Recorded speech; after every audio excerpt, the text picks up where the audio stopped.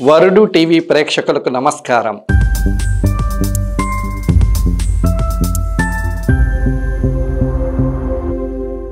ఈరోజు మన అంశం గోల్ సెట్టింగ్.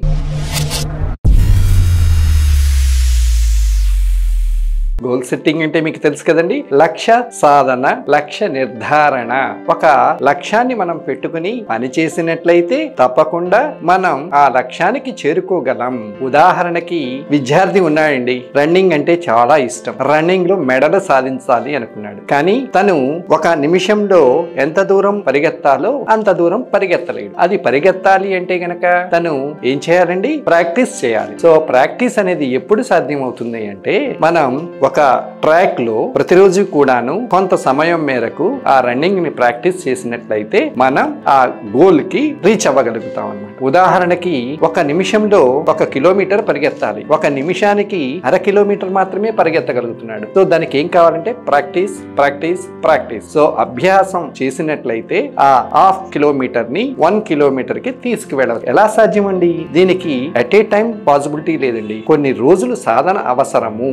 ఈ రోజు మీరు ప్రాక్టీస్ చేశారు, 500 మీటర్స్ పరిగెత్తారు. రేపు ప్రాక్టీస్ చేశారు, 550 మీటర్స్ పరిగెత్తారు. ఎల్లుండి ప్రాక్టీస్ చేస్తారు, ఎల్లుండి 600 మీటర్స్ కి రీచ్ అవ్వాలి. అలా గోల్ పెట్టుకుని ఒకేసారి ఎక్కువ గోల్ పెట్టుకుంటే అది రీచ్ అవ్వకపోతే మనిషి డిప్రెషన్ లోకి వెళ్తాడు. అట్ ఏ స్ట్రెచ్ కొంచెం కొంచెం టార్గెట్స్ ని పెట్టుకున్నట్లయితే, దానికి నియర్ గా రీచ్ అయినట్లయితే గనక చాలా హ్యాపీగా ఫీల్ అవుతాడు. తనలో ఉత్తేజం అనేది వస్తుంది, తన లక్ష్యానికి చేరుకుంటాడు. సో లక్ష్య సాధన అనేది చాలా అవసరం. అది మన పరీక్షల్లో అవ్వచ్చు, పెద్దవాళ్ళకి వ్యాపారంలో అవ్వచ్చు, ప్రతి దాంట్లో కూడాను లక్ష్యాన్ని మనం నిర్ధారించుకోవాలి. ఆ నిర్ధారించుకున్నటువంటి దానికి రీచ్ అవ్వడానికి ప్రయత్నించాలి. ఆ ప్రయత్నంలో లోపం అనేది ఉండకూడదు. దానిని రీచ్ అవ్వడానికి ఏ రకమైనటువంటి సమయానుకూల పరిస్థితులు కావాలో వాటిని ఏర్పరచుకోవాలి. మన వైపు నుండి 100% ప్రయత్నించాలి. మీ అందరికీ తెలుసు కదా, ప్రయత్నించందే ఏది సాధ్యం కాదు కదండి. అవును, మరి మన పూర్వీకులు ఉన్నారండి, పూర్వీకులు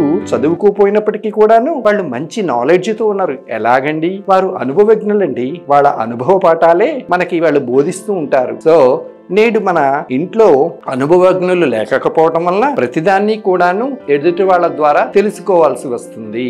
సో లక్ష్యాన్ని నిర్ధారించుకోవటమే కాకుండా ఆ లక్ష్య చేరుకోవటానికి కూడా మనం కొంతమంది ప్రముఖుల యొక్క సహాయ సహకారాలు గనక తీసుకున్నట్లయితే తప్పకుండా మనం మన లక్ష్యాన్ని చేరుకోవచ్చు. ఉదాహరణకి గణితంలో 30 మార్కులు వచ్చినాయండి, 40 మార్కులు పాస్ మార్క్ అండి. ఆ 40 మార్కులు బాగా చేరుకోవాలి అంటే ఏం చేయాలండి? ఆ విద్యార్థి యొక్క నాలెడ్జ్ ని దృష్టిలో పెట్టుకుని ఏ చాప్టర్స్ అయితే ఈజీగా ఉన్నవో ఆ చాప్టర్స్ ని ఫస్ట్ టీచ్ చేసి 1కి 4 సార్లు ప్రాక్టీస్ చేసినట్లయితే అతను ఆ 40 మార్క్స్ కి చేరుకోగలడు. అదే 40 మార్క్స్ సాధించినటువంటి విద్యార్థి ఇంట్రెస్ట్ తో ఇంకొంచెం ఎఫర్ట్ పెట్టి ప్రాక్టీస్ చేసినట్లయితే 60కి రీచ్ అవ్వగలడు, 60 నుంచి 80కి అలాగా. సో టార్గెట్ అనేటటువంటిది కొంచెం కొంచెం పెంచుకోవాలి. అలా పెంచుకున్నప్పుడు నిజంగా మనం మన గోల్ ఏదైతే ఉందో దానికి రీచ్ అవ్వగలం. మీ అందరికీ తెలుసు కదా, ఎక్కడైనా సరే ఒక 3-4 అంతస్తుల భవనం ఉంది. ఆ భవనం పైకి చేరుకోవాలంటే ఏం చేయాలండి? మనం ఆ మెట్లని ఎక్కాలి. ఒక్కొక్క మెట్టు ఎక్కితే ఒక్కొక్క అంతస్తుకి మనం చేరుకుంటాం. అంతేనండి, మనం నిర్ధారించుకున్నటువంటి లక్ష్యానికి చేరుకోవాలి అంటే గనక కొంచెం కొంచెం కొంచెం కొంచెం నాలెడ్జ్ ని గనక మనం గెయిన్ చేసినట్లయితే మనం ఆ ఉన్నత స్థితిలో ఉన్నటువంటి లక్ష్యానికి చేరుకోవచ్చు. క్రికెట్ తెలుసు కదా, క్రికెట్ అంటే ఇష్టం లేనటువంటి వాళ్ళు ఎవరున్నారండి? ప్రతి ఒక్కరికి ఇష్టం. మనం క్రికెట్ మ్యాచ్ ఉంది అంటే గనక మన పుస్తకాలని పక్కన పెట్టి ఆ మ్యాచ్ ని చూడటానికి మనం కూర్చుంటాం. ఆ కూర్చున్నప్పుడు ఆడేటటువంటి వాళ్ళకి తెలుసండి బాలు ఎలా వస్తుంది, దాన్ని ఏ విధంగా బ్యాటింగ్ చేయాలి అనేటటువంటి. మన ఇంట్లో కూర్చుని వీక్షిస్తుంటాం. అలా ఇలా కొట్టాడు, అలా కొడితే బాగుండేది, ఇన్ని రన్స్ వచ్చాయి, అలా కొట్టకపోవడం వల్ల ఇన్ని రన్స్ రాలేదు అని మనం అసెస్మెంట్ చేస్తూ ఉంటాం. అదే విధంగా చదువులో కూడాను మనం కూడాను చదవకపోతే మన పెద్దవాళ్ళు ఇలా చదివితే మార్కులు వస్తాయి, ఇలా చదవకపోతే మార్కులు రావు అనేటటువంటి పాయింట్స్ చెప్తారు. పెద్దల మాటలు సద్ది మూటలు. అదే విధంగా మీరు వాళ్ళు చెప్పినటువంటి విషయాలని వినండి, మీరు మిమ్మల్ని మార్చుకోండి, మీ లక్ష్యానికి చేరుకోండి. ఎప్పుడైతే మీరు మీ లక్ష్యానికి చేరుకుంటారో అప్పుడు తప్పకుండా మీరు ఇంకోళ్ళకి మార్గదర్శకులు అవుతారు.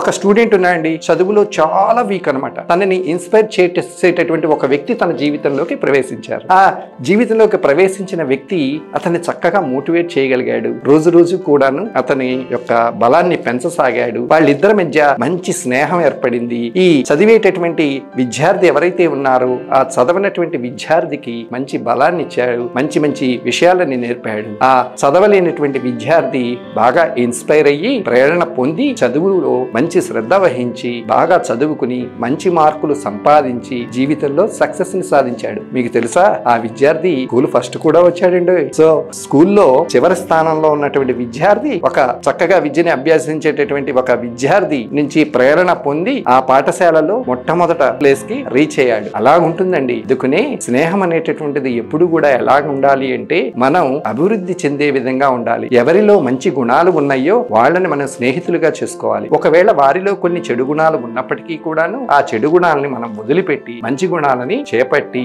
మన ఉన్నతికి తోడ్పడే విధంగా ఉండాలన్నమాట. సో లక్ష్యాన్ని మనం చేరుకోవాలి అంటే గనక సమాజంలో మనకి చదువు చెప్పేటటువంటి గురువులు అవ్వచ్చు, తరగతి గదిలో ఉన్నటువంటి మన స్నేహితులు అవ్వచ్చు, ఇంట్లో ఉన్నటువంటి అమ్మా నాన్న అవ్వచ్చు, వీళ్ళందరూ కూడా మన లక్ష్యానికి చేరుకోవడానికి చేయూతనిచ్చేటటువంటి వాళ్ళే. అందుకనే ఉపాధ్యాయుని తక్కువ అంచనా వేయకండి, అలాగే తోటి స్నేహితుడిని కూడా తక్కువ అంచనా వేయకండి. అమ్మా నాన్న చెప్పినటువంటి విషయాలని వినండి, మననం చేసుకోండి. అలా చేసినట్లయితే తప్పకుండా మీరు మీ యొక్క లక్ష్యానికి చేరుకుంటారు. అదే మీకు బలం. మరి ఇంత మంచి కార్యక్రమాన్ని మనకి ప్రవేశపెట్టినటువంటి వరుడు టీవీకి ధన్యవాదాలు తెలుపుకుందాం. ఈ కార్యక్రమం మీకు నచ్చినట్లయితే గనక వరుడు టీవీకి సబ్స్క్రైబ్ చేయండి.